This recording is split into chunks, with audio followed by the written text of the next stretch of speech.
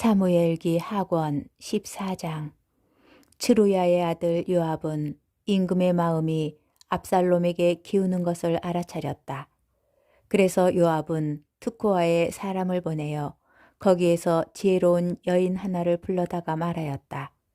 그대는 애도하는 여자 행세를 하시어 상복을 입고 기름을 바르지도 말고 죽은 이를 위하여 오랫동안 애도하는 여자인 채 하시어 그 다음 임금님께 나아가 이런 말씀을 아뢰시오. 그러고 나서 요압은 여인이 해야 할 말을 알려주었다. 그 특고아 여인이 임금에게 나아가 얼굴을 땅에 대고 엎드려 절한 다음 임금님 도와주십시오 하고 애원하였다. 임금이 그 여인에게 무슨 일이냐 하고 묻자 여인이 대답하였다. 사실 저는 남편을 여인 가부입니다. 이 여종에게는 두 아들이 있었는데 그들은 들판에서 서로 싸우다가 말리는 이가 없어 아들 하나가 다른 아들을 쳐 죽이고 말았습니다. 그런데 이제 온 집안이 이 여종에게 맞서 일어나 말합니다. 제 동기를 죽인 자를 내놓아라. 그가 살해한 동기의 목숨값으로 우리가 그를 죽여 상속자마저 없애버리겠다. 이렇게 그들은 남은 불씨마저 꺼버려 이 땅 위에서 제 남편에게 이름도 자손도 남겨두지 않으려고 합니다. 그러자 임금이 여인에게 집에 가 있어라. 내가 친히 너를 위해 명령을 내리겠다 하고 말하였다. 특고와 여인이 임금에게 아뢰었다. 저의 주군이신 임금님, 이 죄는 저와 제 아버지 집안에 있지 임금님과 임금님의 왕좌에는 없습니다. 이에 임금이 일렀다. 누가 너에게 무엇라 하거든 그 자를 나에게 데려오너라. 그 자가 다시는 너를 괴롭히지 못하게 하겠다. 여인이 또 임금님께서 임금님의 하느님이신 주님께 이 일을 기억하게 하시어 피해 복수자가 사륙을 그만두고 제 아들을 없애 버리지 않게 해주십시오 하고 애원하니 임금이 말하였다. 주님께서 살아계시는 한 내 아들의 머리카락 한 올도 땅에 떨어지지 않을 것이다. 여인이 또 이 여종의 저의 주군이신 임금님께 한 말씀만 더 드리게 해주십시오 하자 임금이 말해보아라 하고 일렀다. 그래서 여인이 말하였다. 그런데 어찌하여 임금님께서는 하느님 백성에게 해가 되는 그런 생각을 하셨습니까? 임금님께서는 당신께 쫓겨난 이를 돌아오지 못하게 하셨으니 그런 결정으로 임금님께서는 스스로 잘못을 저지르신 격이 되고 말았습니다. 우리는 반드시 죽기 마련이니 땅바닥에 쏟아져 다시 담을 수 없는 물과 같습니다. 그런데도 하느님께서는 목숨을 거두지 않으시고 쫓겨난 이를 당신에게서 아주 추방시키지는 않으실 계획을 마련하십니다. 제가 지금 저의 주군이신 임금님께 이 말씀을 드리러 온 까닭은 백성이 저를 두렵게 하였기 때문입니다. 당신 여종은 이렇게 생각하였습니다. 내가 임금님께 아뢰면 임금님께서는 당신 여종의 말대로 해주실 것이다. 임금님께서 청을 들어주시어 하느님의 상속 재산에서 나와 내 아들을 함께 없애버리려는 자의 손에서 이 여종을 구해주실 것이다. 이 여종은 또 이렇게도 생각하였습니다. 나의 주군이신 임금님의 말씀이 나를 안심시켜 주실 것이다. 나의 주군이신 임금님은 하느님의 천사 같은 분으로 선과 악을 판별해 주시는 분이시다. 주 임금님의 하느님께서 임금님과 함께 계시기를 바랍니다. 그러자 임금이 여인에게 대답하였다. 내가 묻는 말에 아무것도 숨기지 마라. 이에 여인이 저의 주군이신 임금님 말씀하십시오 하고 아뢰었다. 임금이 요압이 내 뒤에서 이 모든 일을 꾸민 것이 아니냐 하고 묻자 여인이 대답하였다. 저의 주군이신 임금님, 살아계신 임금님의 목숨을 두고 맹세하는데 저의 주군이신 임금님께서 말씀하시면 그 말씀에서 오른쪽으로도 왼쪽으로도 빠져나갈 길이 없습니다. 사실 임금님의 신하 요압이 시켰습니다. 이 종이 해야 할 말을 모두 알려준 것도 그분입니다. 임금님의 신하 요압이 사정을 바꾸어 보려고 이 일을 꾸몄습니다.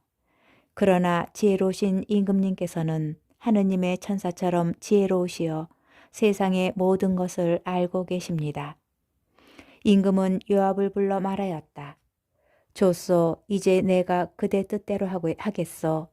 가서 그 어린 압살롬을 데려오시오. 그러자 요압은 얼굴을 땅에 대고 엎드려 절하며 임금에게 축복하고 나서 이렇게 말하였다. 저의 주군이신 임금님, 오늘 이 종은 임금님께서 이 종의 뜻대로 해주시는 것을 보고 제가 임금님 눈에 들었다는 것을 알게 되었습니다.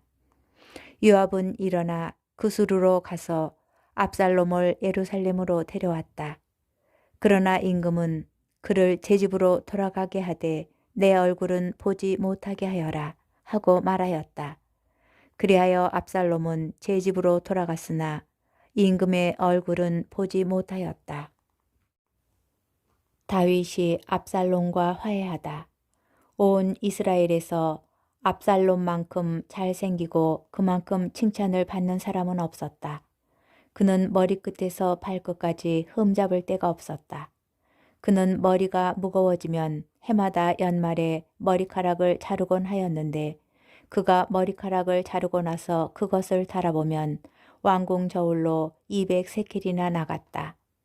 압살롬에게는 아들 셋과 딸이 하나 있는데 딸의 이름은 타마르였다. 타마르는 아름다운 여자였다. 압살롬은 예루살렘에서 2해를 머물렀는데도 임금의 얼굴을 보지 못하였다. 그래서 압살롬은 요압을 임금에게 보내려고 그에게 사람을 보냈으나 그가 압살롬에게 오려 하지 않았다. 압살롬이 2번째로 사람을 보냈으나 역시 오려 하지 않았다. 그러자 압살롬은 자기 종들에게 보다시피 보리를 심어놓은 요압의 밭이 내 밭에 있다.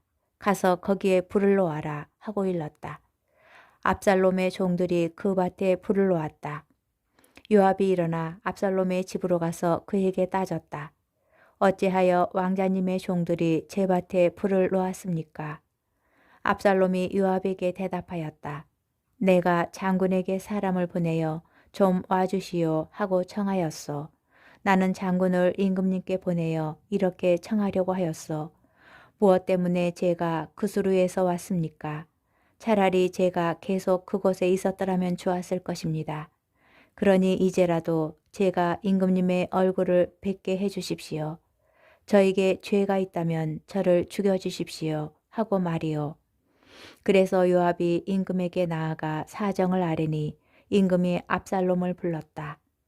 압살롬은 임금에게 나아가 그 앞에서 얼굴을 땅에 대고 엎드려 절하였다. 그러자 임금은 압살롬에게 입을 맞추었다. 사무엘기 하권 15장. 압살롬이 반란을 일으키다. 그 뒤 압살롬은 자기가 탈 병거와 말들을 마련하고 자기 앞에서 달리는 사람들을 10명이나 거느렸다. 압살롬은 일찍 일어나 성문으로 난길 옆에 서 있곤 하였다. 그러다가 고발할 일이 있는 사람이 임금에게 재판을 청하러 올 때마다 압살롬은 그를 불러 그대는 어느 성읍에서 오시오? 하고 물었다. 그가 이 종은 이러저러한 이스라엘 지파에서 왔습니다 하고 대답하면 압살롬이 그에게 말하였다. 듣고 보니 그대 말이 다 옳고 정당하오. 그러나 임금 곁에는 그대의 말을 들어줄 자가 아무도 없어. 그리고 압살롬은 이런 말도 하였다. 누가 나를 이 나라의 재판관으로 세워만 준다면 고발하거나 재판할 일이 있는 사람들이 모두 나를 찾아오고 나는 그들에게 정의로운 판결을 내려줄 텐데 또 누가 그에게 가까이 와서 절할 때마다 그는 손을 내밀어 그를 붙잡고 그에게 입을 맞추곤 하였다. 압살롬은 임금에게 재판을 청하러 가는 모든 이스라엘 백성에게 이런 식으로 대하면서 이스라엘 사람들의 마음을 사로잡았다. 네 해가 지나자 압살롬이 임금에게 말하였다. 제가 헤브론에 가서 주님께 한 서원을 채우게 해주십시오. 이 종은 아람의 그수르에 머물 때 주님께서 저를 예루살렘으로 돌아가게 해주시면 제가 주님께 예배를 드리겠습니다. 하고 서원을 드렸습니다. 임금이 그에게 평안히 떠나라 하자 그는 일어나 헤브론으로 떠났다. 그러나 압살롬은 이스라엘 모든 지파에 밀사들을 보내면서 이렇게 전하게 하였다. 나팔 소리를 듣거든 압살롬이 헤브론의 임금이 되었다고 하시오. 예루살렘에서는 200명이 초청을 받아 압살롬과 함께 떠났는데 그들은 그저 따라가기만 하였을 뿐 아무 영문도 몰랐다. 압살롬은 사람을 보내어 다윗의 고문인 길로 사람 아히토펠도 길로 성읍에서 불러내었다. 그때 그는 희생 제물을 바치고 있었다. 그리하여 반란 세력이 점차 커지고 압살롬 편이 되는 백성이 점점 많아졌다. 다윗이 요르단으로 달아나다. 전령 하나가 다윗에게 와서 말하였다. 이스라엘 사람들의 마음이 압살롬에게 쏠렸습니다. 다윗은 예루살렘에 있는 모든 신하에게 일렀다. 어서들 달아납시다. 잘못하다가는 우리가 압살롬에게서 빠져나갈 수 없을 것이요. 서둘러 떠나시오. 그러지 않으면 그가 서둘러 우리를 따라잡아 우리에게 재앙을 내리고 칼날로 이 도성을 칠 것이요. 임금의 신하들이 임금에게 대답하였다. 이 종들은 저희의 주군이신 임금님께서 결정하시는 대로 모두 따르겠습니다. 임금은 그의 온 집안 사람을 데리고 걸어나가고 후궁 10명은 궁을 지키도록 남겨두었다. 임금이 온 백성을 데리고 걸어나가다가 마지막 집 앞에서 멈추었다. 신하들이 모두 임금 곁을 지나가고 모든 크렛 사람과 모든 펠렛 사람과 가세에서부터 그를 따르던 가 사람 600명이 모두 임금 앞을 지나갔다. 그때 임금이 가 사람 이타이에게 말하였다. 어찌하여 그대까지도 우리와 함께 가려고 하오.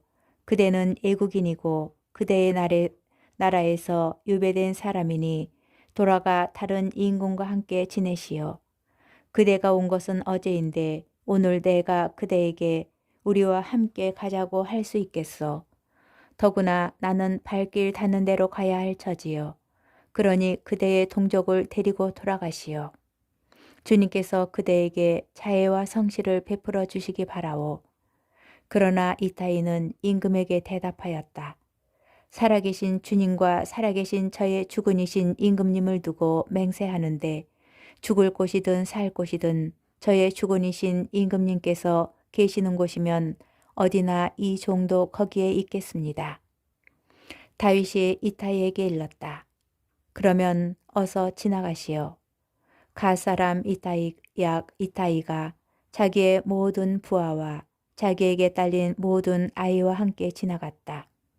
이렇게 그 모든 사람이 지나갈 때 온 세상이 목 놓아 울었다. 임금이 키드론 시내를 건너고 사람들도 모두 그곳을 건너 광야로 난 길을 향하였다. 마침 차독도 모든 레위인과 함께 하느님의 계약궤를 모시고 나오다가 하느님의 궤를 내려놓자 에브야타르도 올라와 사람들이 모두 도성에서 지나갈 때까지 거기 서 있었다. 그때 임금이 차독에게 일렀다. 하느님의 궤를 도성 안으로 도로 모셔가시어 내가 주님의 눈에 들면 그분께서 나를 돌아오게 하시어 그 궤와 안지소를 보게 할 것이요. 그러니 그분께서 나는 내가 싫다 하시면 나로서는 그저 그분 보시기에 좋으실 대로 나에게 하시기를 바랄 뿐이요. 임금이 또 차독 사제에게 말하였다. 이보시오. 그대는 도성으로 평안히 돌아가시오. 그대들은 두 아들 곧 그대의 아들 아히마아츠와 에브야타리의 아들 요나탄도 데리고 가시오. 그대들이 나에게 소식을 보낼 때까지 나는 광야의 길목에서 기다리겠으니 그리하시오.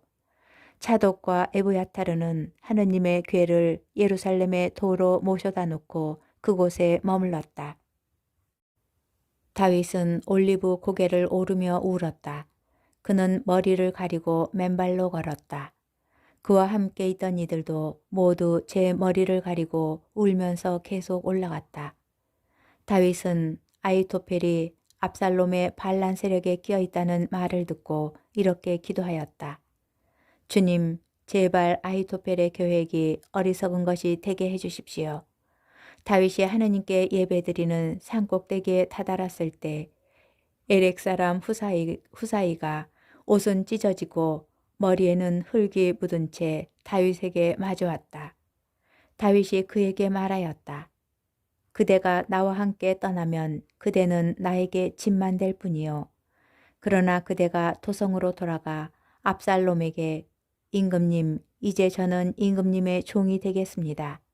전에는 제가 임금님 아버지의 종이었으나 지금은 임금님의 종이 되겠습니다. 하고 말하면 그대가 나를 위하여 아히토펠의 계획을 실패로 돌아가게 할 수 있을 것이요. 그곳에는 차독 사제와 에브야타르 사제가 그대와 함께 있을 것 아니요. 그대가 왕궁에서 듣는 말은 무엇이나 다 차독 사제와 에브야타르 사제에게 알려주시오. 또 거기에는 그들의 두 아들 곧 차독의 아들 아히마아츠와 에브야탈의 아들 요나탄이 함께 있어. 그러니 그들을 시켜 그대가 들은 말을 모두 나에게 전해주시오. 그리하여 다윗의 벗 후사이는 도성으로 들어갔다. 그때 압살롬도 예루살렘으로 돌아오고 있었다.